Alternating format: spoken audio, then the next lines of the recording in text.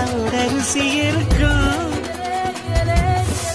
அம்மியில் அரைச்சி ஆக்கி வச்ச நாட்டு கோழி பட்ட கிளப்போம். ஆடு மாடு மேல உள்ள பாசம் வீட்டு ரேஷன் கார்டில் சேர்க்க சொல்லி கேட்கும். தண்ணி கேட்ட ஒரு தாரு நேசம் வெள்ளந்தி மனிதர்கள் வாசம் மண்ணு எங்க வீசம்.